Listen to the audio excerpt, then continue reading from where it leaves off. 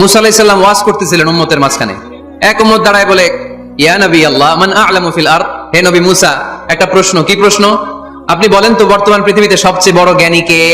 মুসা আলাইহিস সালাম বলে আমি। মুসা আলাইহিস সালাম কি বললেন?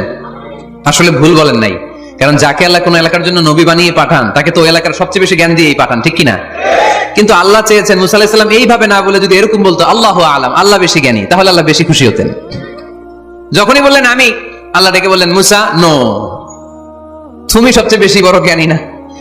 ইযহাব ইলা মাজমাইল বাহরাইন, দুই সাগরের মিলনস্থলে একটা জায়গা আছে, ওখানে আমার এক বান্দা আছে যে তোমার চাইতেও জ্ঞানী।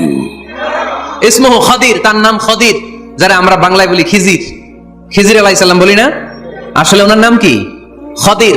খাদির মানে এভারগ্রিন, সবুজ। উনি কোন জায়গায় বসলে ওখানকার হলুদ ঘাসগুলো মুহূর্তে সবুজ হয়ে যেত। গাছপালা না জন্মালে ওদিক দিয়ে হাঁটলে সবুজ গাছপাতা জন্মাতে শুরু করতো।